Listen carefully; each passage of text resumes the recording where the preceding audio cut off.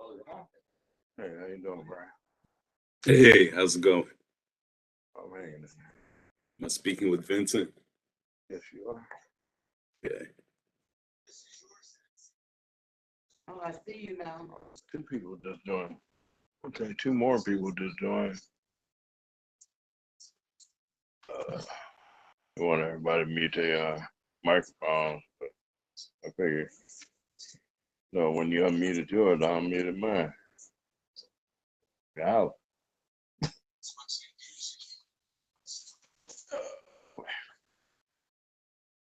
I'm about to go get my Bluetooth out the truck. I'll be right back.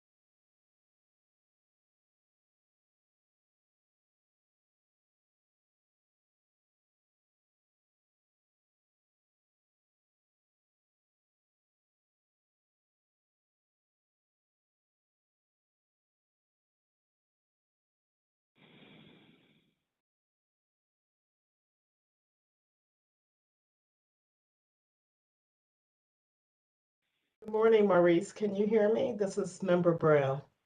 Good morning. I can hear you loud and clear. Perfect. Thank you. Thank you.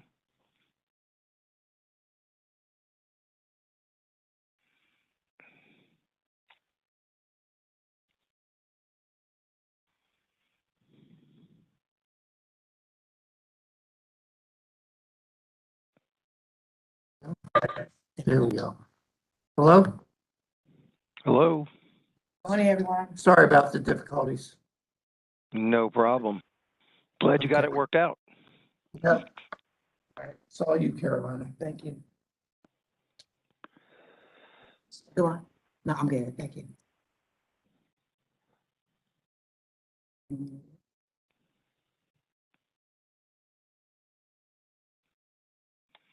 Good morning, good morning. Good morning, Ms. Barnes.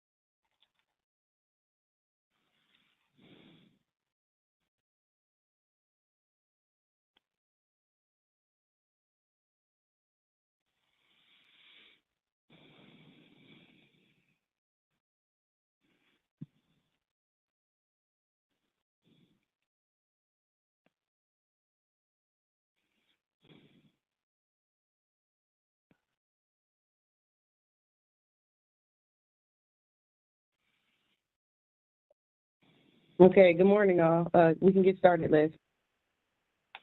Morning, thank you. My name is Liz Kukla. I'm the Secretary of the Board of Zoning Appeals, and I'm going to read the preamble for you this morning, this April 25th, 2022. In compliance with notification requirements of the city's open meeting law in section 101.021 of the Codified Ordinances of Cleveland, Ohio, 1976, notice of this meeting has been publicly posted. All boards and commissions under the purview of the City Planning Department conducts its meetings according to Robert's Rules of Order. Actions during the meeting will be taken by voice vote. Abstentions from any vote due to a conflict of interest should be stated for the record prior to the taking of any vote. In order to ensure that everyone participating in the meeting have the opportunity to be heard, we ask that you use the raise hand feature before asking a question or making a comment. The raise hand feature can be found in the participants panel on the desktop and mobile version and activated by clicking the hand icon. Please wait for the chair or facilitator to recognize you and be sure to select unmute and announce yourself before you speak. When finished speaking, please lower your hand by clicking on the raise hand icon again and mute your microphone. We will also be utilizing the chat feature to communicate with participants. The chat feature can be activated by clicking the chat button located on the bottom of the WebEx screen. Please note that call-in users can unmute by using *6. All meeting activity is being recorded via the WebEx platform. These proceedings are also being live streamed via YouTube for public view. We've also provided a link to the meeting for those who wish to speak in our particular case via our website and email. All requests to speak in a particular matter have been considered. We have also received emails from those who have provided written comments on a particular matter. Back to you, Madam Chair. Thank you. Go ahead and call the roll, please. Ms. Barnes? Good morning, Ms. Barnes here. Good morning. Ms. Brown? Present. Ms. Faith? Present. Ms. Britt? Madam Chair, we have a quorum. Wonderful. Okay, no postponement today? That's correct. All right. And Madam I Chair. believe that we have the director on the phone here. The Director of City Planning would like the Sherwin-Williams case to be taken first this morning. Okay. All right, we'll go to Sherwin-Williams. And I don't see any council people online this morning. Great, thanks, Maurice. So we'll proceed with calendar number 22-049 then. This is at 1400 West 3rd Street. The Sherwin-Williams Company owner proposes to erect a 4-story parking structure and surface parking lot in a limited retail business district and urban core overlay district and a 9-height district. The owner appeals for relief from the strict application of the Cleveland Codified Ordinances as stated in the agenda and the public record, of which there are 3. And with that, to Ms. Brown for the oath. Good morning. I am swearing in all who are present for this case. Do you swear or affirm that the testimony you're about to give is the whole truth and nothing but the truth? Please raise your hand, reply, I do, then state your name and your address. I do. Tim Muckley, 101 Prospect Avenue, Cleveland, Ohio. I do. John Zegan, 1100 Superior Avenue. And I do. Matt Heisey, 3142 Prospect Avenue.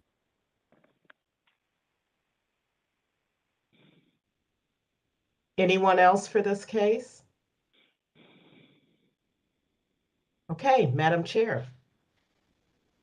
Thank you. History of the property, please. Thank you, Madam Chair. I believe that the most pertinent information is that in November of last year, a variance was granted to erect a 4-story parking structure and surface parking lot in the limited retail business district and the urban core overlay district. This board granted that variance.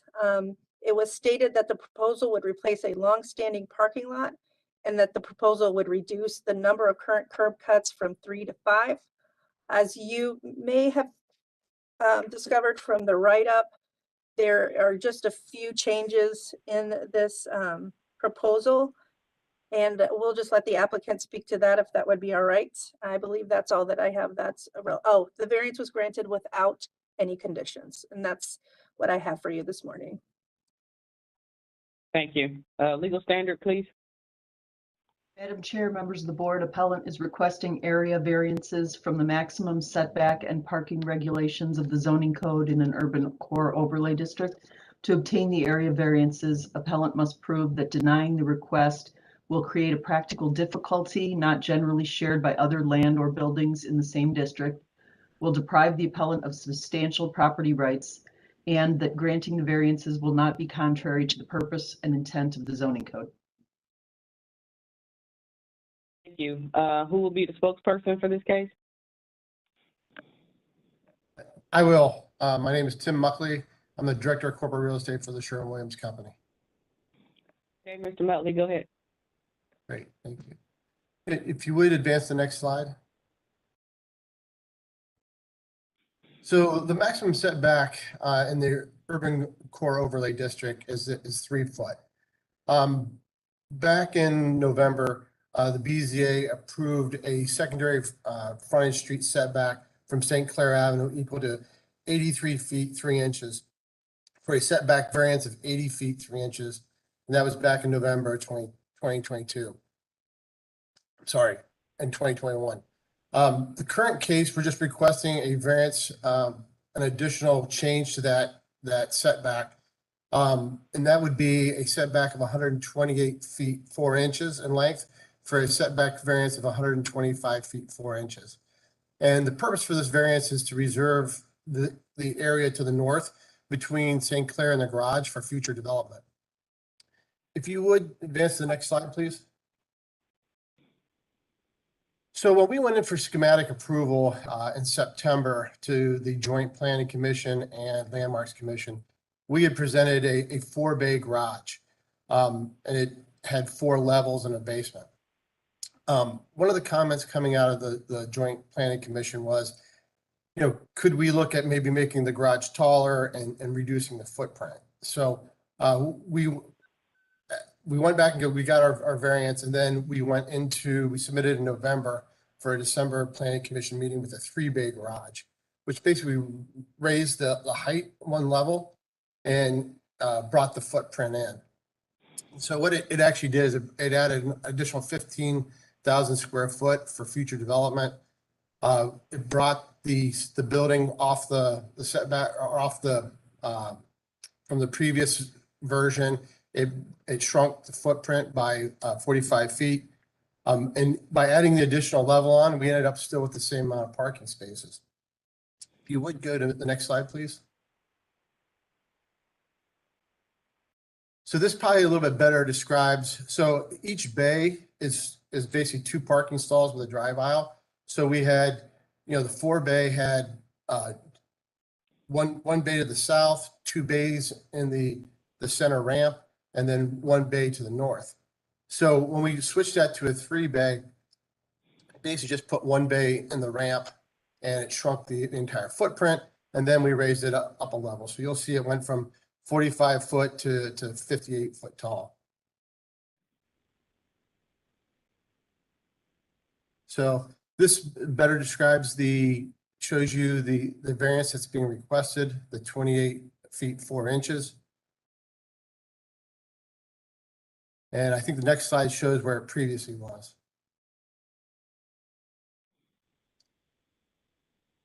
So we feel that a strict interpretation of the zoning code creates a practical difficulty and unnecessary hardship, and that it requires the parking garage to be spread over the entire north block, since it fronts on West 3rd, St. Clair, and on West 6th. It would deprive the owner of the right to reserve this area around the parking garage for future development. And granting the variance would not be contrary to the purpose and intent of the zoning code. In the future build-out condition, there will be buildings along St. Clair Avenue to create a consistent street wall with pedestrian-oriented building features in accordance with the guidelines of the Urban Core Overlay District. With that, I'll ask if there's any questions. Thank you. Did we have Mr. Began signed up to speak? Excuse me. Did you have anything you wanted to say? I'm for the next case, sorry. Oh, cool. All righty. Mr. Hazy or Heisey? No, Tim covered it. Okay, thank you.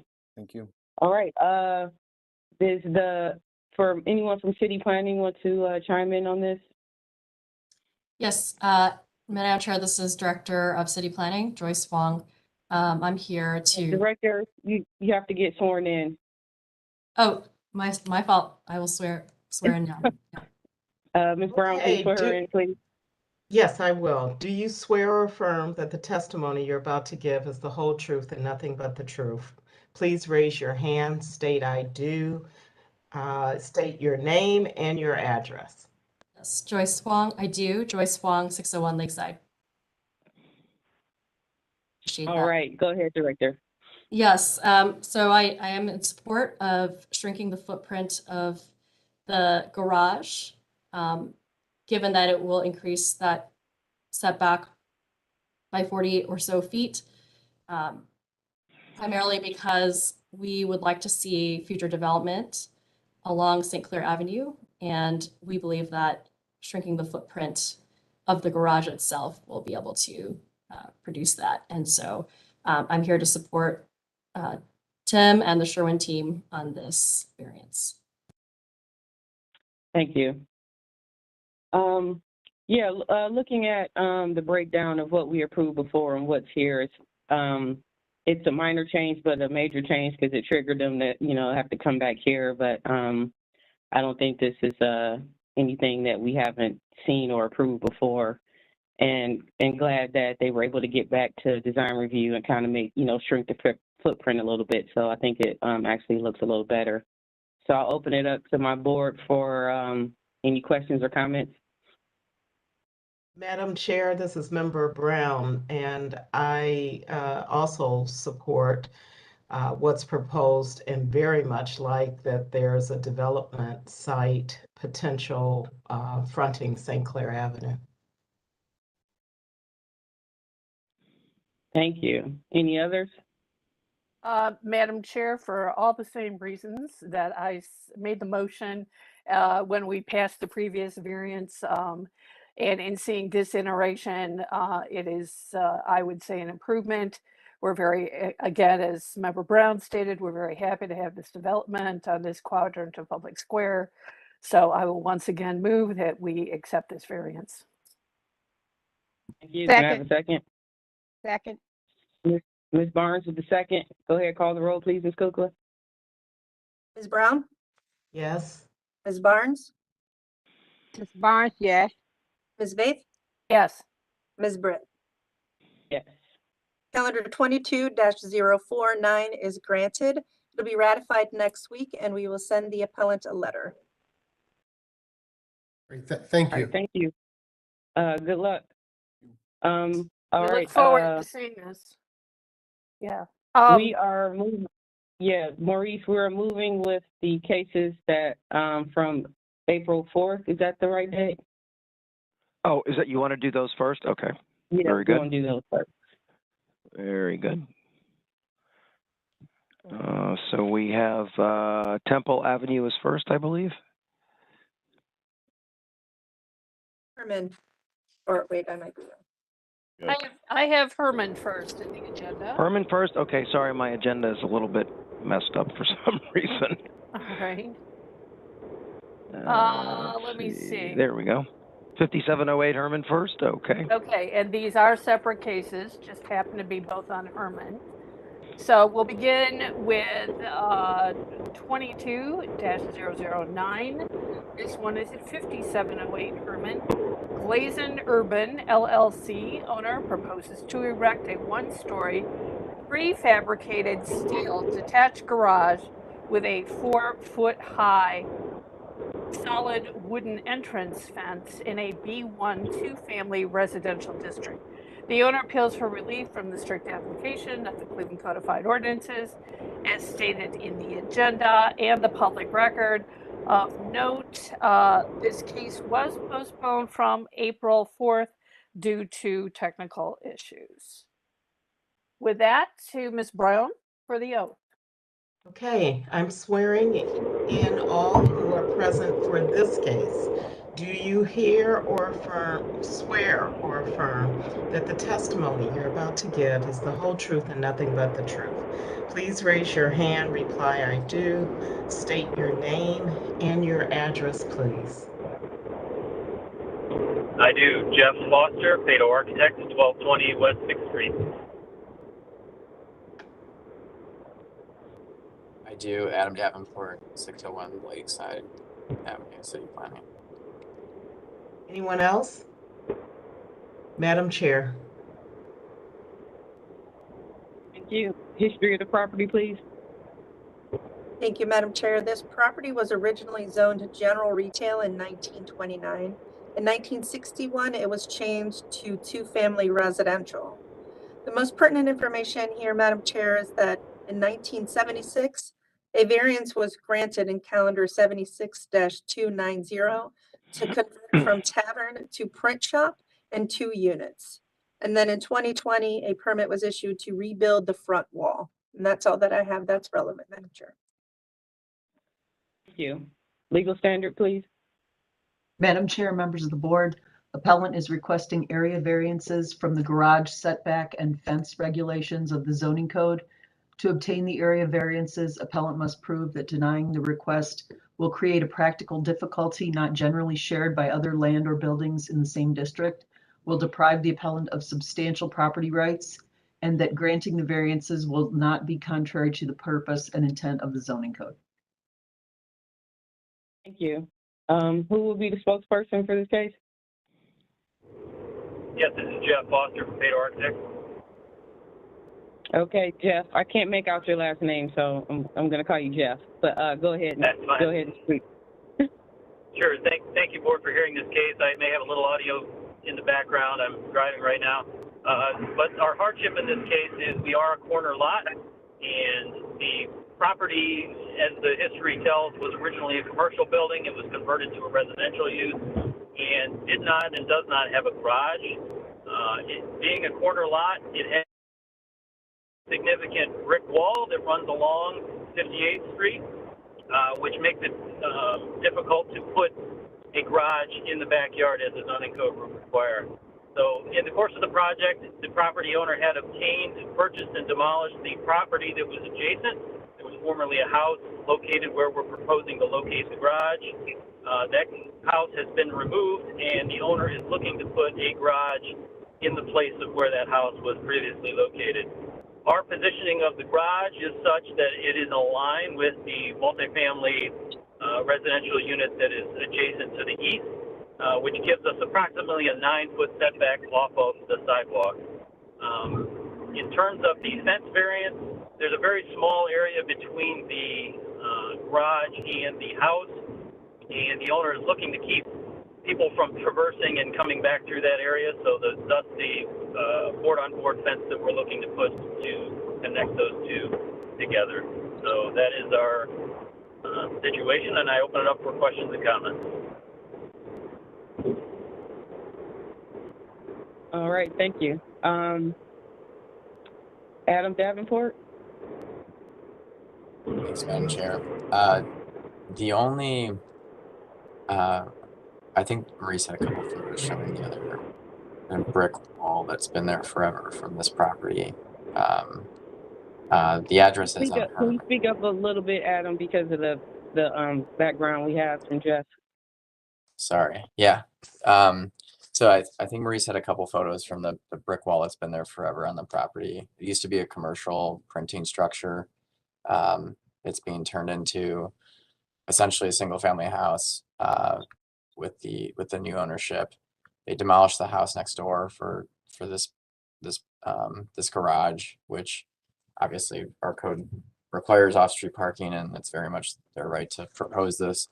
The only real comments that I spoke to Mr. Pato about were pushing the garage back at least a full car length. So, you know, in the case that I think it's 9 feet right now, in the case that somebody wants to, you know, like park off street, but there's no off-street park, or there's no on-street parking, you'd have like half the vehicle hanging over the sidewalk, which is not a great environment for pedestrians or disabled people, obviously. So we suggested to Mr. Pato to push that back a full car length, and it more aligns with the setback of the house structure to the that would be the east as well. So I think that suggestion more honors our parking and garage code, and we're kind of that opinion in this case, this unusual kind of corner lot. It's kind of tough to really suss out what to do when it is such an odd parcel with the kind of legacy commercial building. Thank you.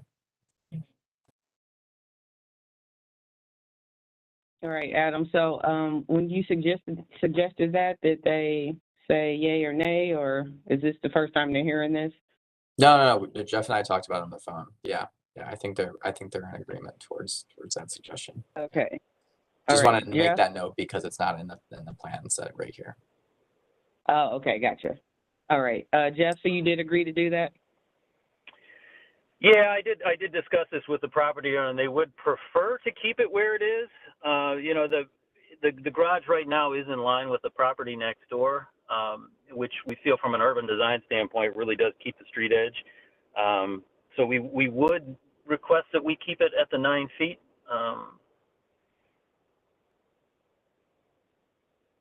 Just asking that on the owner's behalf. Okay, Adam, where does that put city planning? I think we'd like to hold firm on this because you don't want to create, in my mind, you don't want to create the situation where a car is overhanging on that sidewalk and parking kind of half on their driveway, exiting the garage, and half on the sidewalk, you know, like in the apron of the drive. I mean, the code right now states that the whole garage needs to be in the rear half of the lot. So I think we're already giving up some exception to this because of the unique situation of the lot. So I think it's, given that as well, it's reasonable to request that it's at least a full kind of car length. So Understood. This is my last name is Foster, by the way, Foster. I pulled off the road here. Foster. Okay, yeah. It kept going out when you were saying your last name. Okay, thanks. Yeah, sorry about that. But we're amenable to that. So I guess we would request, if it's 9 feet right now, we'd like to keep that at 15 feet if we could off of the sidewalk line. That would give enough space for a vehicle to pull off. And I want to stress the hardship of this as well. You know, we looked at putting the garage in the rear of the property, and what it ends up doing is we had two options. We either lose the entire backyard, or we have to remove the kind of historically significant brick wall that runs along 58th Street. But we are amenable to moving that back to a 15-foot setback. That's good. I think city planning will be okay with that 15-foot. Okay, yeah, Adam says it's good with them. All right, so we'll whoever makes the motion, make sure we put that in there. Okay, so any questions or comments from the board? No comments. I support the request, Madam Chair. Thank you. If no other comments, I'll entertain the motion. Okay, Madam Chair, with the agreement of the architect acting on behalf of the appellant, and the suggestion made by city planning, Mr. Davenport, I move that we go ahead and approve the variance for calendar number 22-009 with the agreement between those parties that the garage will be moved from 9 feet to 15 feet, allowing for 1 car length in parking. Second. All right, we have a second from Ms. Barnes. Go ahead, call the roll, please, Ms. Kukla. Thank you, Madam Chair. I do have a question. Would you like a revised drawing before we ratify this next week? Yes, please. Yes. Thanks for bringing that up. Yep. Yes. Thank you, Madam Chair. Thanks, I'll call Liz. the roll. Ms. Barnes?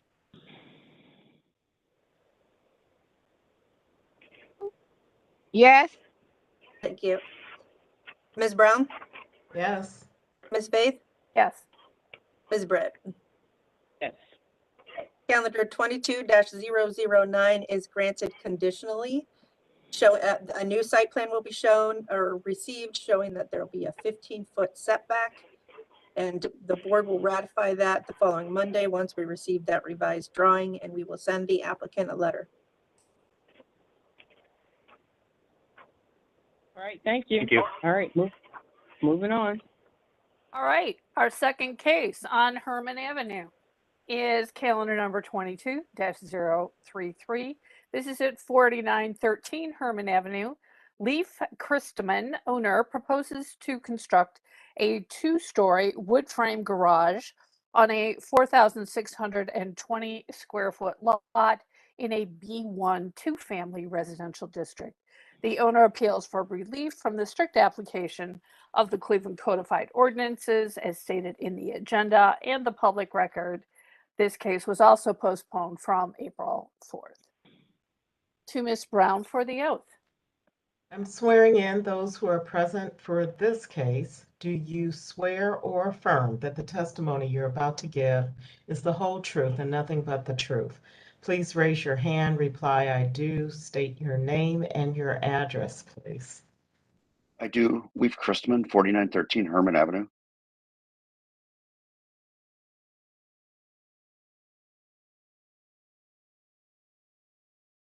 Anyone else? Okay, Madam Chair. Thank you. History of the property, please. Thank you, Madam Chair. There's been no change in the zoning since 1929. There are no variances on file, and I was unable to find any records in our Records Administration Office. In our more recent history in our Acela system, I found that in 1997, a permit was issued to rebuild the front porch. 2013, a permit was issued to re-roof the building. Also in 2013, a privacy fence was erected. 2018, there were interior exterior alterations to add a dormer to the house. And then, Madam Chair, of November of last year, a violation notice was issued. A neighbor or someone in the neighborhood observed a garage being built without a permit, and a violation notice was subsequently issued by Building and Housing. And that's what I have, Madam Chair, for you. Okay, thank you. Because my next question was, is this garage built already? Because I'm looking at a picture of it right now. Okay, all right. Legal standard, please. Madam Chair, members of the board, appellant is requesting area variances from the maximum gross floor area, setback, and maximum height regulations of the zoning code for accessory buildings. To obtain the area variances, appellant must prove that denying the request will create a practical difficulty not generally shared by other land or buildings in the same district, will deprive the appellant of substantial property rights, and that granting the variances will not be contrary to the purpose and intent of the zoning code. Okay, thank you. Who's going to be the spokesperson? I am. I'm the property owner, Leaf Christman. Okay, Mr. Christman, go ahead. Okay, first thing I would like to say is I am really embarrassed that the permit issue occurred. I did hire a contractor, person I've known for quite a while, and he was going to be able to give me a little better deal because he could work around doing the garage around other projects. I wasn't like in a huge hurry to get it done.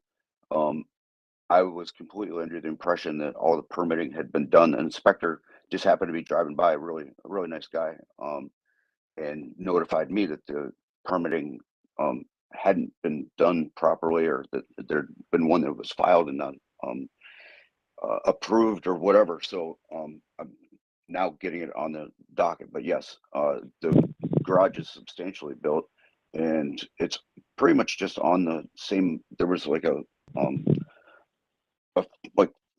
slab, like a concrete slab from a prior garage that had been wiped off. It was partially on there, but in any event, what I would indicate is the reason why I decided to add that garage, because my neighbors, and I included their variance from the previous year, built a garage in a new home, and the garage that I'm proposing is no bigger than the one that they have that's already up, and there's fences on either side as well that are already up, and both neighbors have no objection to the garage that we're putting up. So we really appreciate being able to get the zoning appeal on it. Okay, yeah, I see the pics here. I mean, it's a nice looking garage. It's too bad you had to. Yeah, I'm so embarrassed. I have no right permit for it. I feel awful. Like, I don't even know what to say. But if you can look at the size of my neighbor's house, like from the end of the street, like it towers over mine. Their variance was like, I don't know, double what the lot calls for. Like you can see, like from the end of the street, you can't even see my house. So that was like, well, I guess now would be a good time to get that garage built based on the neighbors being able to get the variance that they were able to get.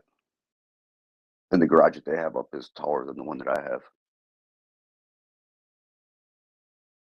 Okay, Maurice, Are you representing city planning for this one? Yes, Maurice Rowland, City Planning. Of course, yes, I am very, I was very dismayed to see that this was built without permits. You know how we feel about that, but stuff does happen. So we'll just move on from there for now. It's a very handsome garage, so I really don't have much negative to say about it. I mean, it's actually a beautiful garage. It fits right in. It matches the house does. perfectly. I'm so embarrassed. I'm so sorry. And to be perfectly honest with you, it'd come, before it was built, we would have probably approved this with absolutely no question whatsoever. I just had a couple questions. I noticed that on the adjudication, it cites that you're less than 12 inches from the property lines, but your drawings show that you are at least 1'6" on all sides and then 4 feet in the back. So is that accurate? I think there's plenty of room there. Like if you look at those pictures, it looks like there's a couple feet. So I'm not 100% sure why I think I spoke with Mr. Torres.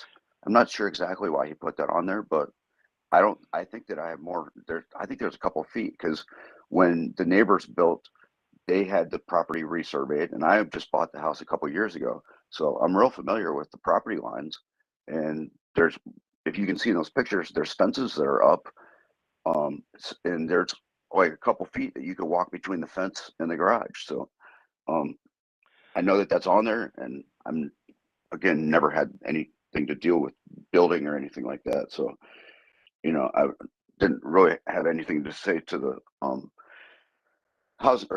for Mr. Torres when he was saying which variances I needed. I'm like, well, just put them on there, whatever. So I guess it's. So the reason I'm asking is, Madam Chair, I'm just not sure, and maybe to Rick Riccardi, if we're actually granting that variance, because I really would rather not grant that variance if we don't have to, because we don't generally like to grant the less than 18 inches from the property line. And according to the drawings that were submitted, it looks like they meet code. So that was the only reason I'm asking that question. Mr. Riccardi? I think it refers to the overhang of the roof of the garage and not the foundation. Yeah, we haven't put gutters on. I've stopped any kind of additional work since I realized, or since the inspector notified me that there's no permits or the permit wasn't granted. So maybe I think that is what he's talking about. Okay, overhang. Okay, that's different. Yeah, I guess the other question I have, do you have any intent on turning this into a carriage house? Secondary, this is a two-family district, and we would have no problem with that. I'm just curious if that's a consideration. Putting like an in-law suite above the garage? Yeah. Like something like that. I would like to do that at some point. Okay, just curious if that was the thinking. Yeah, Madam Chair, we have no objections. Again, very disappointed that it was built without permits. However, we have it's consistent with what else has been built in the neighborhood, and it seems to meet the intent. So we recommend approval. Great, thank you. All right, I'll open it up for any questions or comments from the board. If not, I'll entertain a motion. Madam Chair, if none of my colleagues have comments, I'll move ahead with the motion. Madam Chair, I do have one comment. This is Liz. Would just like to let the appellant know that an in-law suite over the garage would still need a permit. You wouldn't be permitted to do. You still have to do. I think he's going to get a permit to get his grass cut now, Liz. I think he'll be fine. I was thinking of mentioning the same thing, actually. I really owe you guys. Although I don't think you'll need variances, but for that, because you are in a two-family neighborhood. But anyway, go ahead. Yeah, right. I think it sounds like Mr. Chrisman never wants to be in front of Boza again. So, not under these circumstances. Yeah. So this is what we call forgiveness, not permission, and so we're being very forgiving. Thank you so much. You're welcome. And as Mr. Rulin stated, the garage is typical of the variances that we see in this neighborhood. It is a very nice looking garage. I am always concerned about fire ratings, so I hope it's compliant with fire code. We can't see that in the finished product, so I'm going to trust that your I contractor. think I have a bunch of inspections to get done. Yeah. So, so with that, and we feel comfortable, Mr. Rulins, that our drawings that we have are reflective of existing conditions. Is that correct? Yes, ma'am. Okay. So with that, Madam Chair, it seems like we've got everything in order that we need. So I move that we go ahead and approve this variance for You can Kaylin. have a second, please. Member Brown, I second. Ms. Brown with the second. Go ahead, call the roll, please, Ms. Kukla. Thank you. Ms. Barnes? Yes. Ms. Brown? Yes. Ms. Babe? Yes. Ms. Britt? Yes. Calendar 22-033 is granted. It'll be ratified next Monday, and we will send the appellant a letter. Thank you so much. I really appreciate it. You're welcome. Good luck with you. Thanks so much. Have a great day. Moving on then to calendar number 22-02032. This is at 6815 Temple Avenue. This was also postponed from April 4th. Hope Williams, owner, proposes to alter single-family residence and erect a one-story frame room addition with one concrete parking space in a two-family residential district. The owner appeals for relief from the strict application of the Cleveland Codified Ordinances as stated in the agenda and the public record, of which there are 2, not 3 and 4. And with that, to Ms. Brown for the oath. Okay, I'm swearing in all who are present for this case. Do you swear or affirm that the testimony you're about to give is the whole truth and nothing but the truth? Please raise your hand. Reply, I do. Then state your name and your address. I do. Hope Williams, 685 Temple, owner. I do. Salvarado, Mr. Slavic Williams. Village Development, 65 Broadway Avenue. 6815 Temple Avenue. Okay, hold on. We got a lot of people talking at the same time, so we'll let the Williams go first. I'm And sorry. Ms. Alvarado, you go next. So go ahead. Vincent Williams, 6815 Temple Avenue. Chris Alvarado, 5620 Broadway Avenue, Slavic Village Development. Byron Myers, Byron D. Myers Architect, LLC. Anyone else? Okay, Madam Chair. Thank you. History of the property, please. Thank you, Madam Chair. There's been no change in the zoning since 1929. There are no records that I could find in our records administration office. There are no variances on file. And in the more recent history, I found that a permit was issued to re-roof the property in 1996 and also in 2018. Then in 2005, a certificate of disclosure was issued stating that the authorized use of the property is as single family. And that's all that I have for you this morning, Madam Chair. Thank you. Legal standard, please. Madam Chair, members of the board, appellant is requesting area variances from the off-street parking regulations of the zoning code. To obtain the area variances, appellant must prove that denying the request will create a practical difficulty not generally shared by other land or buildings in the same district, will deprive the appellant of substantial property rights, and that granting the variances will not be contrary to the purpose and intent of the zoning code. Okay, thank you. Who will be the spokesperson for this case? This is Chris Alvarado. Ms. Williams asked me to be the spokesperson. Okay, Chris, you're going to have to speak up a little bit. I mean, I can hear you, but faintly. I apologize. Can you better now? Okay, yeah. All right, go ahead. Very good. So yes, Ms. Williams is a longtime homeowner here on Temple Avenue in the Regent Park neighborhood. She is looking to expand her home, as you can see here on the drawings prepared by Mr. Myers, who also is here on the conference here. And she is asking to also be able to put in a parking pad. She's been interested in having off-street parking for a while, just someplace safer to be able to put her vehicle. These are fairly shallow lots. And so being able to preserve a backyard is of importance to Ms. Williams.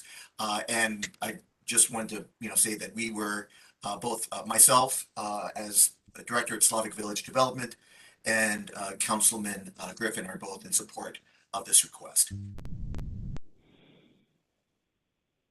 Oh, great. Thank you. Yeah. I believe Councilman Griffin was gonna at the last meeting before we had technical difficulty was there to support the project. So, okay. So the architect, you want to give us dimensions on what this addition is? Yes, the dimensions are 11 feet, 8 inches from the existing and yes, off of the, where the new addition is. And it goes the length of the house, the full length. And what's located on the site now was measured. There was a dog pen existing, like garage / shed, and then that little center shelter is an existing she shed. Like it's just like a pavilion type construction. No walls, just post. And the deck was an additional 12 feet coming off of the house, off of the new addition. So where were the parking? Where would the parking pad be at? Okay, the parking would be to the right, that drive. Now, at the present time, the drive, the paved portion of the drive, butts up against the existing neighboring residence. So there's, what I try to do is provide just a little bit of space between the two to fit her pad in. As you can see where the aprons are, there's like there's her residence, there's an apron, and then next to it, there must have, I'm not aware of, but there must have been a house in between. And then there's the neighboring apron drive.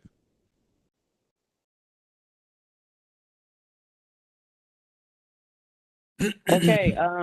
Any testimony from the Williams? Would you all like to say anything? All right. Yes, I'd like to the existing driveway, we were just going to leave it as it is.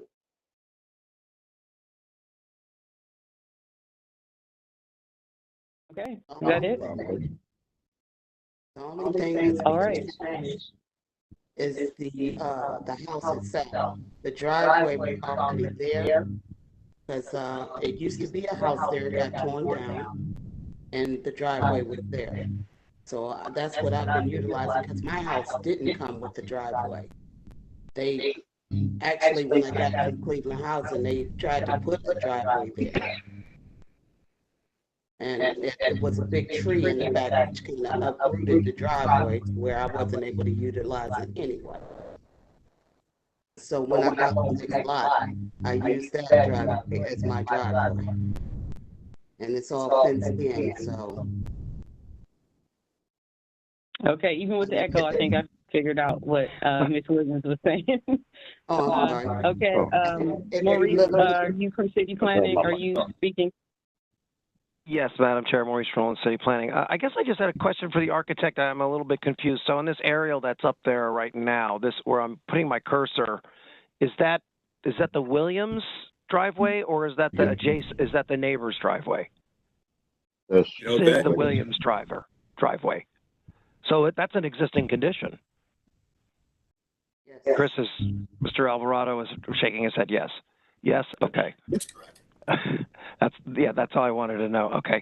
Yeah, with the support from the CDC, and we think from the councilman, we have no objections to this. Plus the fact that it seems that the driveway is already in existing condition. Correct. Madam Chair, I did receive an email from Councilman Griffin supporting this. Okay. Okay. Well, then with the councilman's support, we are in support of this project. Thank you. All right. Board, any questions? If not, I'll entertain the motion. Madam Chair, just a Madam quick question. Chair, I had a question as well. Go ahead. Thank you. It's not a requirement, it's just a question.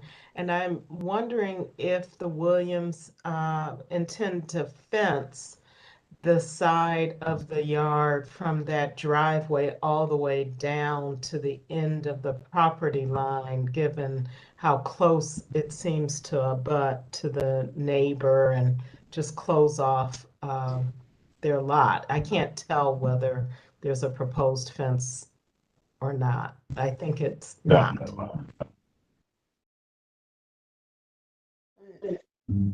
No, there won't be a fence going alongside of it. Okay. Thank you for your response, sir. Okay,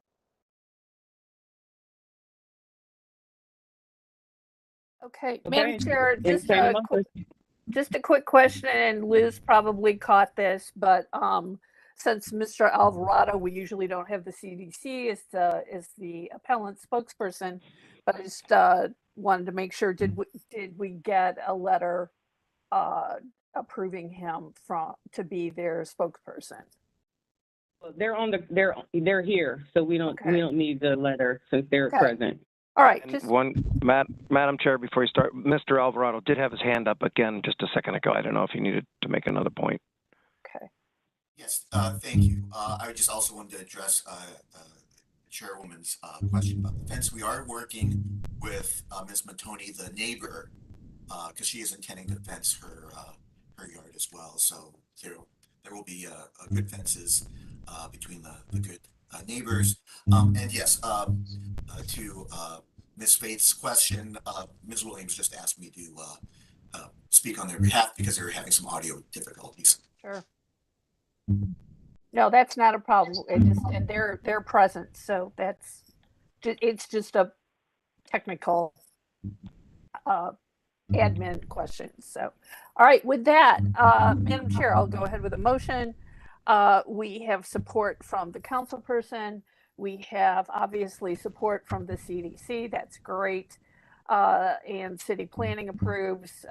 And so for calendar number 22-032, I move that we go ahead and approve these plans. It looks like they're making adjustments to age in place on this house, and we always like to see that. Thank you. Can I have a second? Member Brown, I second. Ms. Brown with the second. Yeah. Go ahead, call the roll, Ms. Cooper. Ms. Barnes. Yes. Ms. Brown. Yes. Ms. Faith. Yes. Ms. Britt. Yes. Calendar 22-032 is granted. It'll be ratified next week, and we will send the applicant a letter. Thank you. Thank you very much. Thank you. All right, thank you. Thank you. Good luck. Next case. All right. Okay, Flipping so back I to believe the we're beginning. Yes, back to the top of the agenda, top of the order. Yes. So that moves us to calendar number 22-043. This is at 1714 Randall Road. Steve Mott proposes to erect a 2-story frame bedroom and open carport addition attached to an existing single-family residence in a B1 2-family residential district. The owner appeals for relief from the strict application of the Cleveland Codified Ordinances as stated in the agenda and the public record, of which there are 3, and to Ms. Brown for the oath. I'm swearing in all who are present for this case. Do you swear or affirm that the testimony you're about to give is the whole truth and nothing but the truth?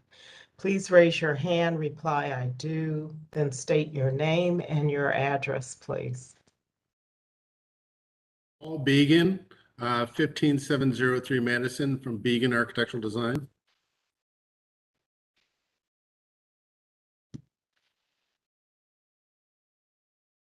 Anyone else? I think that might be it. We were expecting Steve Mott, the owner, but I don't think he's on. Okay, Madam Chair. All right, thank you. History of the property, please. Thank you, Madam Chair. There's been no change in the zoning since 1929. The most pertinent information on this address is that in calendar 19-238, and that was ratified on December 2nd, 2019. I'm sorry, the hearing was held on December 2nd, 2019. It was ratified on August 10th, 2020. The variance was granted for a bedroom and garage addition conditionally upon a Landmarks Commission approval. At the time of the hearing, a local design review was done, but not the full Landmarks Commission review and approval. So that was complete on August 5th, and that's why it was ratified on August 10th. I believe that's the only thing that is relevant for us this morning, Madam Chair. Thank you. Legal standard, please. Madam Chair, members of the board, appellant is requesting area variances from the off-street parking and required rear yard on irregular shaped lot regulations of the zoning code. To obtain the area variances, appellant must prove that denying the request will create a practical difficulty not generally shared by other land or buildings in the same district, will deprive the appellant of substantial property rights, and that granting the variances will not be contrary to the purpose and intent of the zoning code. Thank you. All right, Mr. Began, the owner was going to be on the call and is not. So if you're going to speak for him, just make sure that you get us a letter from the owner saying you can speak on his behalf before we can ratify any decisions. Sure, that'd be great. Thank you very Okay, go much. Neat little triangle lot in Ohio City, very, very unique. The existing house sits at the south end of that lot. There's an existing curb cut just to the north of that. This addition basically will, right where our car is parked right now, put a covered addition over the top of that to the north side into the triangle lot. So really our variances are mostly because the existing house is already too close to the property line. I see. So essentially the second floor looks like porch or whatever is gonna be covering the car. Correct. Okay. And we did local design review and Landmarks design review as well too. We were approved at both of those, noting that once final landscaping is completed, because they're very interested in seeing what we do with the corner lot, understandably. So we'll go back before them for landscaping review. But the addition itself was reviewed and approved. All right, thank you. Maurice, I didn't see anyone from Landmarks here. Do we have a certificate from them? You know what? They did not send a certificate over, but I did speak with them earlier in the week, and they conferred that that this did go before Landmarks Commission and it was approved. And, I have to say, triangular lots like this are the hardest lots to deal with. They have an inherent practical difficulty, in my opinion. We're just looking at another triangular lot somewhere else in the city. It's the same difficulty. So, and I think this is actually a much improved concept or design over the last one that was actually approved a couple of years ago. So we are in full support of this this project and the variances. Just so that we have an accurate record, Mr. Pettit did send out an email, I believe, to everybody Well, the very long list of people, including the council person and the planners for the neighborhood, and looks like a couple people from this board as well too, stating that they did get a certificate of appropriateness. So. All right, thank you. Okay, with all the approvals and city planning board, if you have no questions, I will entertain the motion. Madam Chair, I remember this case from 2019 because of the unusual nature of the lot. It is memorable for sure. And this iteration of the plan looks really great. I would agree with Mr. Rulins on that. So with all that being said, we have the approval of city planning, and it's a challenging lot. So we understand that the variances are needed. So I move that we go ahead and approve them for calendar number 22-043. Thank you. Can I have a second? Second. Ms. Barnes with the second. Go ahead, call the roll, please. Ms. Brown? Yes. Ms. Barnes? Yes. Ms. Faith? Yes. Ms. Britt? Yes. Calendar 22-043 is granted. It'll be ratified next Monday, and we will send the appellant a letter. Thank you very much. Have a good week. Thank you. All right, thank you. you. Good luck. Make sure you get us that letter, Mr. Began. Madam All right, Chair, thank you. Madam Chair, before we move on, I wanted to check that Dean Jenkins is online. He texted me and said that he had to step away for a few minutes, and he wanted to be heard on this case. Mr. Jenkins, are you here? I believe he's the neighbor. Yeah, his name is, but we haven't heard him. Yeah, he said he had to Elaine, this is Elaine Papaconstantino. I actually live directly next door to this property at 17109 Bradgate. Oliver Jameson had emailed, he's my husband, and the house is actually titled under his name. So I am on this call just to let you know. Thank you. Thank you. So I just didn't, Madam Chair, I just didn't know if you wanted to skip this one until maybe the other person was able to be here to give his opinion, or it's up to you. I just wanted to bring that to your attention.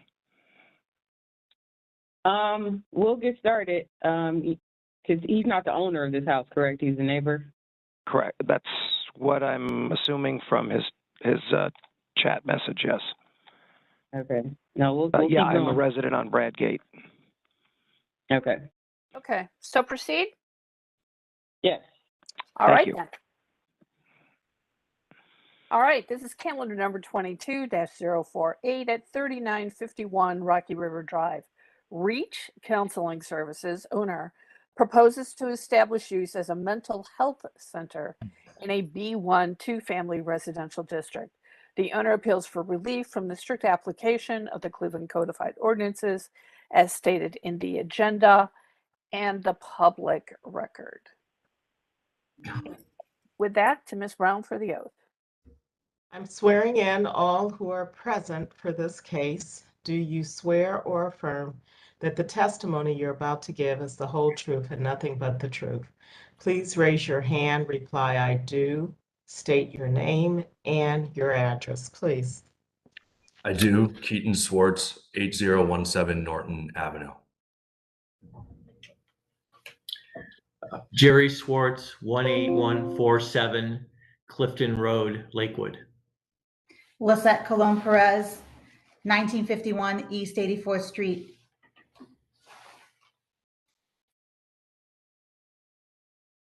Anyone else? Would I chime in here? This is the neighbor, Elaine Papaconstantino. Okay, Elaine Papaconstantino. I live at 17109 Bradgate Avenue, directly next door to this property. Thank you. And what was the neighbor's name right before Elaine? Dean Jenkins. That was him? Yeah. Okay. He's not on yet, Madam Chair. Okay. The first Uh, person Oh, was no, Jerry. it was a neighbor that, said a name right before, Elaine, and I didn't catch it. No, it was Davenport, ma'am. Oh, Davenport, gotcha. All right. Just want to make sure I have everyone's name here. Okay. And to you, All Madam right, Chair. history of the, And thank Madam you. Chair, History I of the believe property, there, please. I'm sorry, I believe there was a Miss Alvarado, is that correct? No? All right. Oh, Chris Alvarado was the last case. No, I thought it was a woman. I'm sorry, I misheard. Go ahead. Okay. Sorry to History of the interrupt. property, please. Thank you, Madam Chair. This property was originally zoned to general retail in 1929. In 1943, it was changed to two-family residential. Originally, the property was a single family, but in 1937, a permit was issued to convert it to two-family. There are 3 variances on file for this address. In 1984, a variance was granted to convert to a boarding house with 1 suite and 4 rooming occupancies. There's a note on this variance stating that it was mentally handicapped residents. And then there's a variance also in calendar 2017-343. Variance was granted to change use from a daycare to a group home. This variance was granted conditionally with the understanding that a ramp will be removed from the exterior and a basketball hoop will be moved to the other side of the house as requested by the neighbor. And that's all that I have, Madam Chair, that's relevant. Thank you. Legal standard, please. Madam Chair, members of the board, appellant is requesting a use variance and an area variance from the off-street parking regulations of the zoning code. To obtain the use variance, appellant must prove that denying the request will result in an unnecessary hardship particular to the property, such that there will be no economically feasible use of the property without the variance, will deprive the appellant of substantial property rights, and that granting the variance will not be contrary to the purpose and intent of the zoning code. To obtain the area variance, appellant must prove that denying the request will create a practical difficulty not generally shared by other land or buildings in the same district, will deprive the appellant of substantial property rights, and that granting the variances will not be contrary to the purpose and intent of the zoning code. Thank you. Who will be the spokesperson for this case? I will. Keaton Swartz. Good. Okay, Mr. Schwartz, go ahead. Good morning. I'm a general counsel for Reach Counseling Services. I was actually present at the hearing 4 years ago when the original variance to operate this location as a group home was granted. So I think it's important before we get into our current proposed use, just to give a quick little overview as to why 4 years later, we're here again asking for another variance. So the original variance was for a group home. We did open and we did operate, but we quickly learned that the way the county Department of Children and Family Services system is set up, children would be sent to us who were more severe than this facility could handle. These are children that would run away. These are children that really need to be in a locked facility, which ours wasn't. Ours was more of a family home style home. And then once the children were placed with us, we had little control over removing them because there's a shortage of beds in the state. So quickly, we realized this isn't what we intended to develop when we were here 4 years ago. Ultimately, in August of 2021, excuse me, we closed the home. And we were left with a decision of what we're going to do with it because it's a unique property. It's 4,500 square feet. It has 12 bedrooms. It can really only exist likely as some kind of group home for some kind of population. Or we think we're being creative and turning it into a counseling office. And I wanted to find what we're calling a counseling office because I think the code section is really broad. What we're proposing is a therapy office where mostly adults go and seek individual counseling. No one lives in the home. This is psychotherapy, so it's not like we're doing any kind of more intense therapeutic treatment. It's people that have, you know, general mental health issues that have private insurance and that need to talk to someone. We currently operate 2 other locations, one in Westlake and one in Elyria. And as we started looking at market research, we realized we actually have a lot of clients that live closer to the Rocky River Drive location, which would be more convenient for them. So we think this is a good use of the property in a property that's pretty limited otherwise. We have a contract with the structure next door as a church to lease 25 parking spaces. And there's currently a walkway from the parking lot to our property. So clients would park on the church property and then just walk over. And then this location would be open, you know, weekdays, business hours. So in a lot of ways, we're using the property much less intensely than we were as a group home, which was used, you know, with children living there 24/7. Mr. Schwartz, can you give more specific business hours times, please? So our other locations are open 9 to 7 p.m. Monday through Friday. Okay, go ahead. So I think my last point is I want to stress the hardship in that this is a really unique property. If it's not us using it as a counseling office, it's someone else using it as a group home, because it's so unusual, and with the multiple additions that were added onto the back, it will never really be used as a single family home again. It's hard to imagine multiple families living in it just because of the size. We know it's unusual for a 2-family district, but if you look at the surrounding properties, across the street is a large facility owned by Centers for Families and Children. Across the street, across Rocky River Drive, is an automotive shop. So yeah, on the left is Centers for Families. Across Rocky River Drive is an automotive shop. And then about 100 yards down to the right is a detailing automotive shop. So there are other businesses on this really busy commercial street that, you know, has mixed 2-family zoning districts as well. So that's all I have. I look forward to your questions.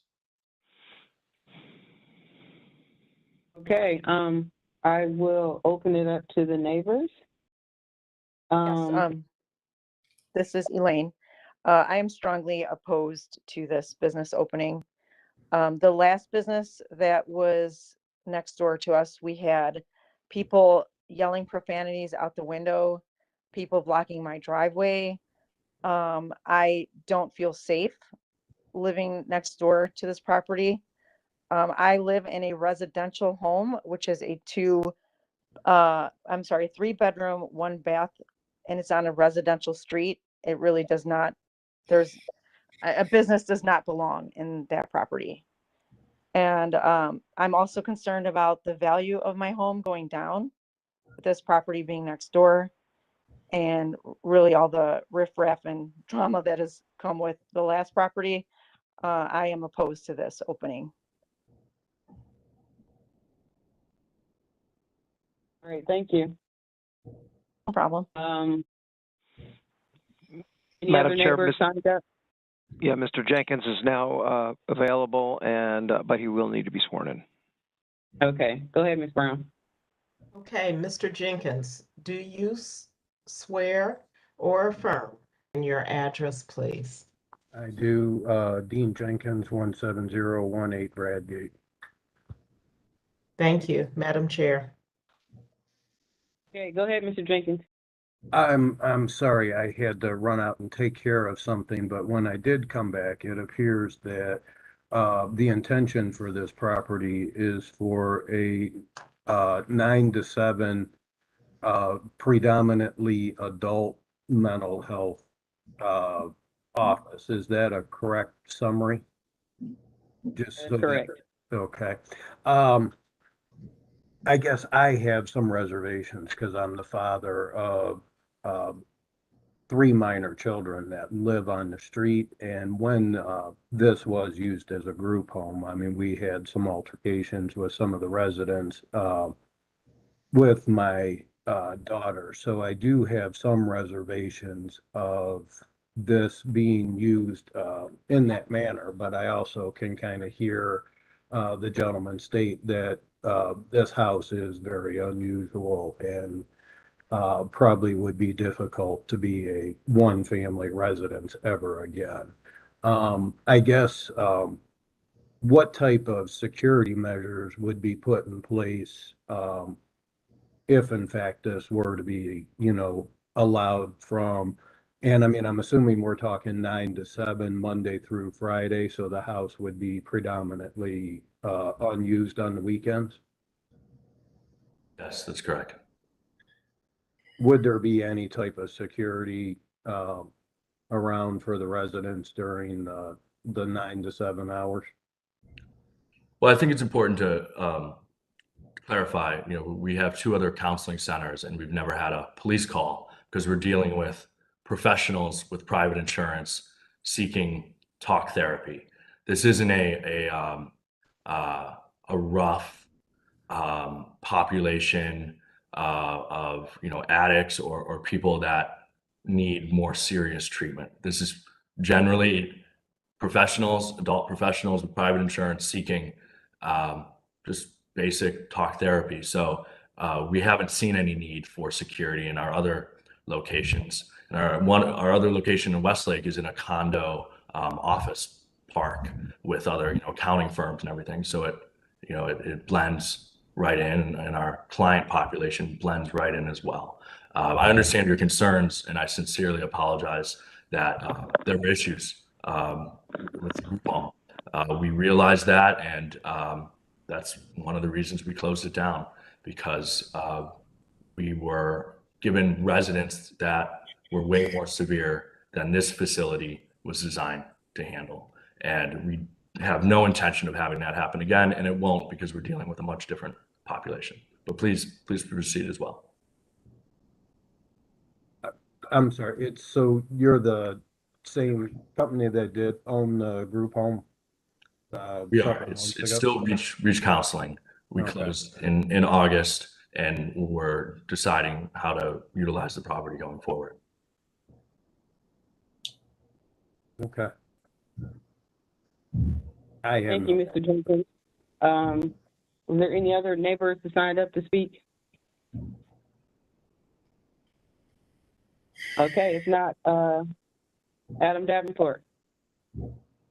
Thanks, Madam Chair. I think we're definitely supportive of the reuse of this property in this manner. It seems like the applicant has come to the board with a pretty good reuse plan, right? They have an arrangement with the church to use their parking spaces, so that's not going to be inhibitive of the neighbors on Bradgate, it seems. And I think playing out the scenario for some of the neighbors' concerns too, like, the reuse of this property, I think Mr. Schwartz said it has 12 bedrooms. Like, it's hard to see what else this would be besides another type of multifamily property, or possibly somebody buying it for like an Airbnb type kind of situation as well. So this less intensive use with only day hours, I think is a better situation for the neighborhood overall. Zoning wise, from a planning standpoint, I think I've spoken to Councilman Slife about this a couple times, and we do want to reevaluate some of these situations on Rocky River Drive, because it is a mix of a commercial corridor, right? There's a detailing shop across the street. There's a church right by the Centers for Family and Children, which definitely is more of an intensive use than this will be, with patients coming and going. One of their locations is right to the north of Bradgate. There's certainly like a mix of uses along Rocky River, just in this immediate area, and then further up north or south, obviously, or north is the whole Camps Corners kind of district. Kind of my last point of support, I think, is just yeah, the arrangement that the appellant has brought forth to the board today, I think it's a good situation and a good reuse of this overall kind of very large structure itself. Thanks. Thank you. I'll open it up to my board for any questions or comments. Madam Chair, I have one question, and I listened to the testimony, and it was stated with the lease with the church that patients would likely come in on an entrance on the side of the church. Is it possible to require patients to use Rocky River or the parking from the church and not come in on Bradgate? Again, trying to separate the use from the residential side versus the commercial. Yes, that's our intention, to not permit parking in the driveway, and then strongly encourage clients to park in the parking lot and not on the street. I mean, we can probably require that as well. Thank you. That's it, Madam Chair. Thank you. Any other questions, board?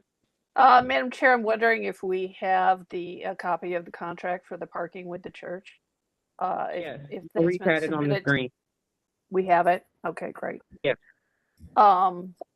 So if there are no more questions or comments from the board members, I'll move ahead. I think it's encouraging to hear from Mr. Davenport that he and Councilman Schleif are looking at Rocky River Drive. I actually pulled up the address on Google Maps to get a broader view of the businesses adjacent to this parcel.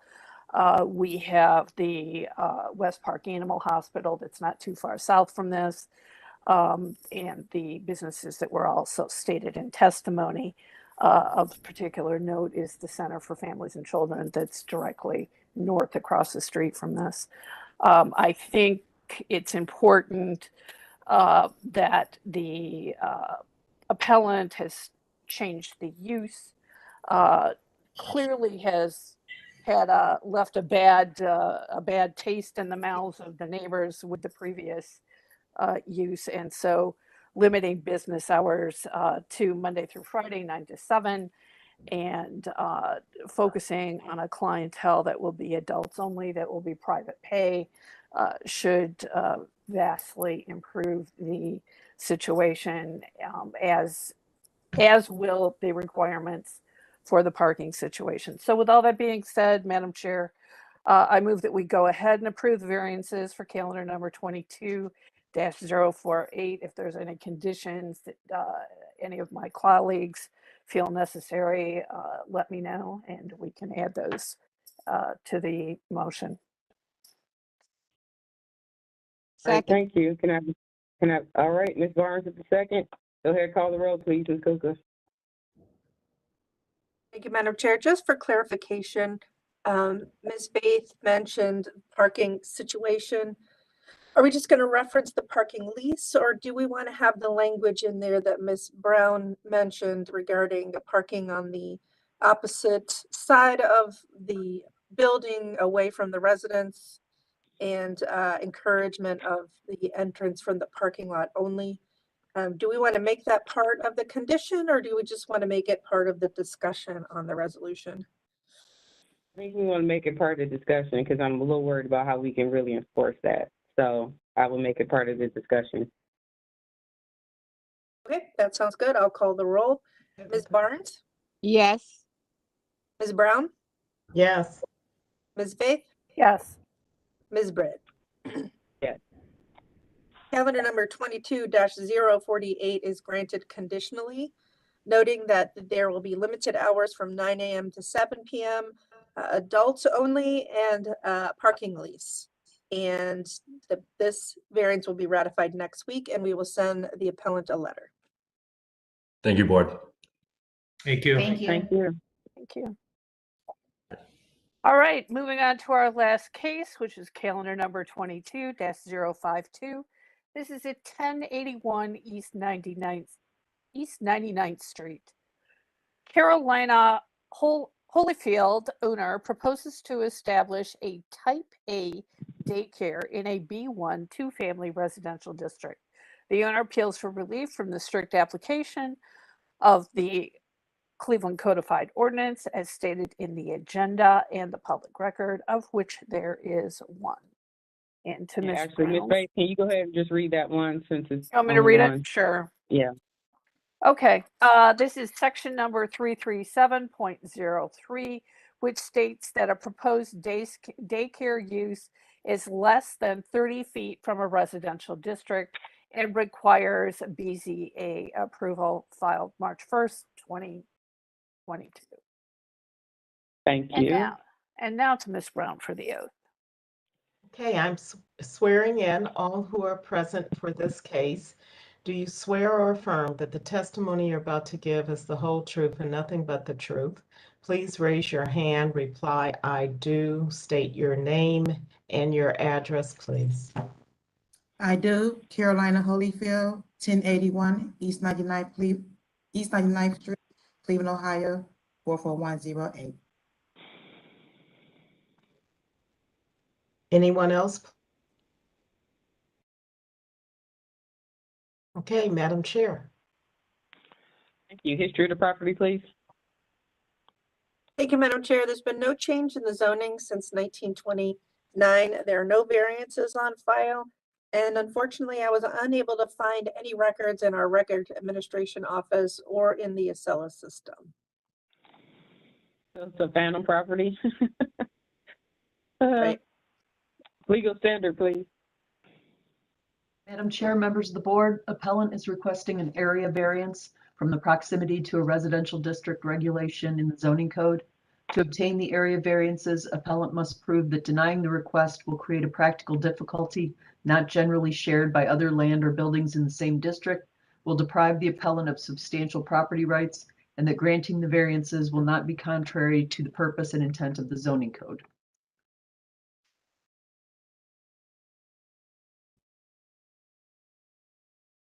Okay, I'm sorry, I was reading the bottom part. All right, Ms. Holyfield, go ahead and present your case. Yes, for the last 5 years, I have been operating a Type B daycare without inconveniencing my neighbors. But by me doing the Type A, I want to make sure that I want to ensure that I'm not distracting my neighbors by having stagnated drop-off times and pickup times. I want to have a 5-minute limited drop-off time and pickup time, so it won't have block the streets or block the driveway or anything. And I might add too, in the last 5 years that I have been operating my daycare home, I have not received any complaints from my neighbors or anything, because I try to ensure by having field trips to make sure the children are away from the home doing plenty of, most of the time, or not most of the time, but most of the times the children are awake. And again, I want to limit my drop-off time and pickup time, so it won't be a nuisance to my neighbors. Ms. Holyfield, how many children do you have now in your Type B? Right now, I can have up to 6 children right now, but currently I'm operating with 4 children. Okay. And with the Type A, it goes up to how many?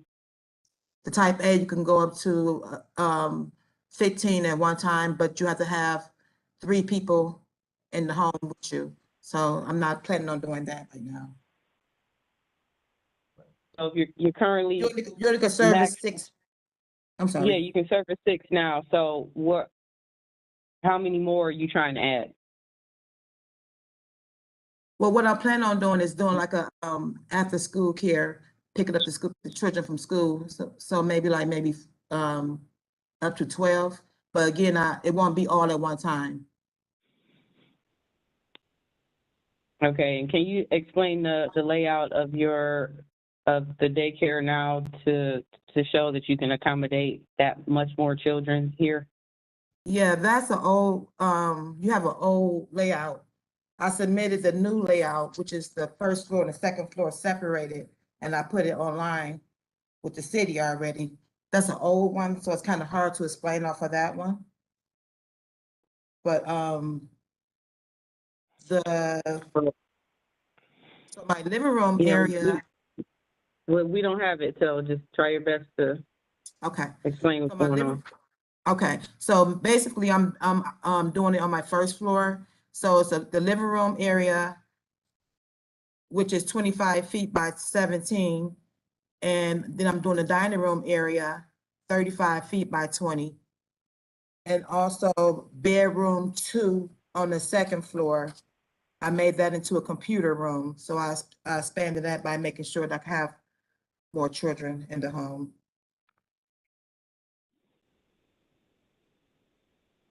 And what are your hours of operation? Right now, my hours of operations is from 6 p.m. to 12 a.m. Monday through Friday, and 6 a.m. to 6 p.m. on Saturdays. Closed Sunday.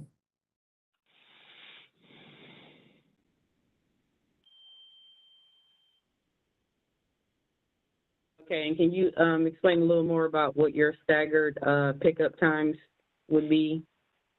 So the staggered pickup times or the staggered drop off? Pickup, drop off, yeah, however. Okay, so it'd be like in 5-minute increments. Like if I have someone dropping off at 7:30, I won't have another one drop off until after that party is gone. Trying to have them so they all won't be there at the same time.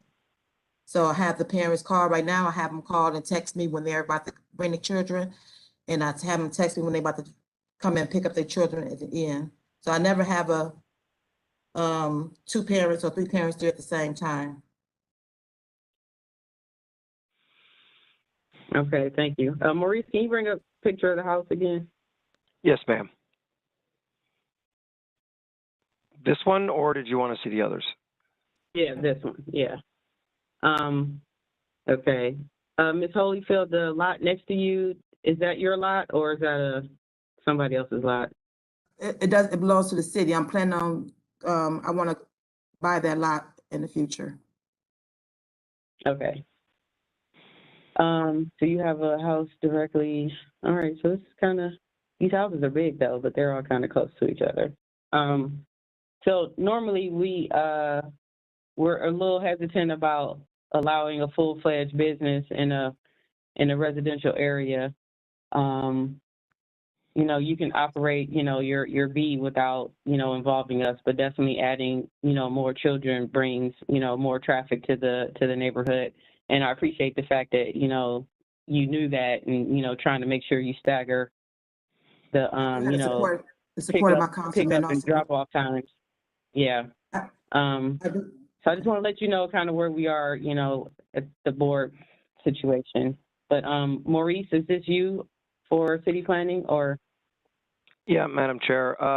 I agree with you. As you know, we view this as an actual business operating in a residential district, which is why we very rarely approve these because of the increased traffic and that many more children, you know, in the neighborhood or, you know, in the backyard, whatever. So normally what we do is we try to get the applicant to talk to the council person and engage the community and trying to get the support at least of the councilman before we would recommend approval on something like that.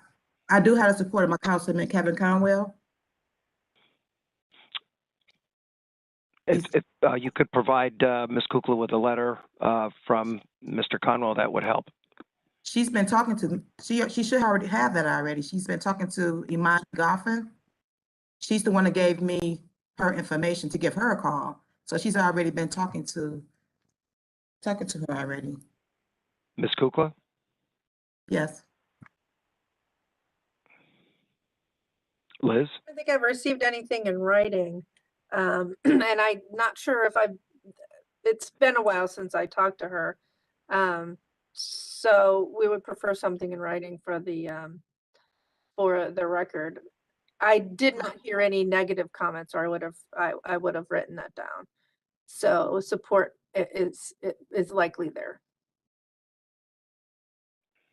Okay, Ms. Holyfield, pending the board's decision, just make sure that you get a written letter from the councilman's office that he approves what you want to do here, okay? Okay, I could do that. Madam Chair? Okay. Yeah, we're gonna let Maurice finish and then you can go ahead, Ms. Brown. Well, the only other thing I was going to say is that Ms. Holyfield has presented a pretty good case here, and it's nice to hear that she's very cognizant of how her property and her business can affect the neighbors, and trying to tailor the pickup times and things like that to address any concerns that the the neighbors might have. But that's what we have for you. All right, thank you. Go ahead, Ms. Brown. Madam Chair, and to Ms. Holyfield, I agree with what's been stated about your being very cognizant and considerate of your neighbors. Have you spoken with them about your plans for changing the business? Well, right now, I only have the one neighbor right on the side of me, and they moved already, so I don't really have any next door neighbors. And the neighbor. The house is empty? The house right next to me is empty. They just moved, so there's no one next to me right now. But as I said, I've been operating the last 4 or 5 years, and I have not had any complaints from my neighbors behind me, on the side of them. I speak to everyone. But as far as standing, I haven't spoke to any of them as far as that, but I have had several of them told me they received letters from you all stating that this is going to happen. So they do know what's going on by the letter that you all sent to them. Thank you. You're welcome. Madam Chair, this is Liz. I just checked the Acela system. I don't see an updated drawing. The drawings that are shown in the Acela system are very similar. I sent those over to Maurice if he wanted to pull them up. So we would need to see those updated. I don't have them in my file or an email from Ms. Holyfield either. So just for the record, we're going to need the updated drawings that she's referencing. So what? Right, Ms. Holyfield, pending the board's decision, you would have to supply 2 things before it would be ratified, and that would be the letter from the councilman I told you about, and also just the updated plans that you said you have for the business, because we don't have them. So just make sure that you send both of those to Ms. Kukla, okay? I could do that, yes. Okay. All right. Did the board have any other questions? I thought somebody had a question. I think Ms. Brown had her question answered. Yes. Right. Okay. So I think of note, looking at this aerial view, this is a short block. So it puts Miss Holyfield's building in the center of a block, very close to 2 intersections. So I appreciate, based on that, I appreciate the fact that she's being cognizant and very considerate of increased traffic in the neighborhood and how that will impact her neighbors. I appreciate the fact that she's looking to purchase the fallow parcel that is, as she stated, in the land bank with the city at the moment. And also, we know that the square footage of the houses of this vintage is they're pretty voluminous. So there's quite a bit of room in these houses. So anyway, with all that being said, she has been very clear on her hours of operation and her plans for how she's going to increase the number of children, and how she plans to stagger the arrival and departure. And she's clearly got a system in place as part of her business plan for communicating with parents in terms of the drop off and the pickup times, and getting that all synced and coordinated. So with that, I think that there's she's being very professional and thoughtful in her process here. And so I move that we go ahead and approve the variance for calendar number 22-052.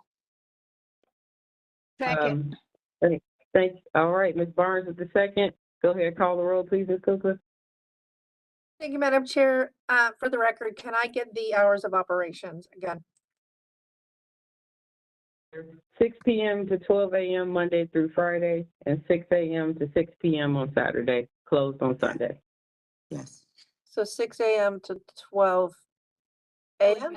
6 a.m. No. to 6 p.m. on Saturday. Okay, and then 6 p.m. Okay, okay. I got it. Thank you, Madam Chair. And then, as Chairman Britt stated, we'll be asking for a letter of support from the council person and updated as is drawings of the house. Okay. Thank you, Madam Chair. Ms. Brown, Yes. Ms. Barnes, Yes. Ms. Faith, Yes. Ms. Britt. Yes. Calendar 22-052 is granted conditionally. We will hold ratification pending that letter from the council person and the updated drawings. And after we receive those, we will ratify the case on the following Monday, and we will send the appellant a letter after. All right, thank you. Good luck, Ms. Holyfield. Thank you so much. All right, old business, 1 through 8, without objection, board.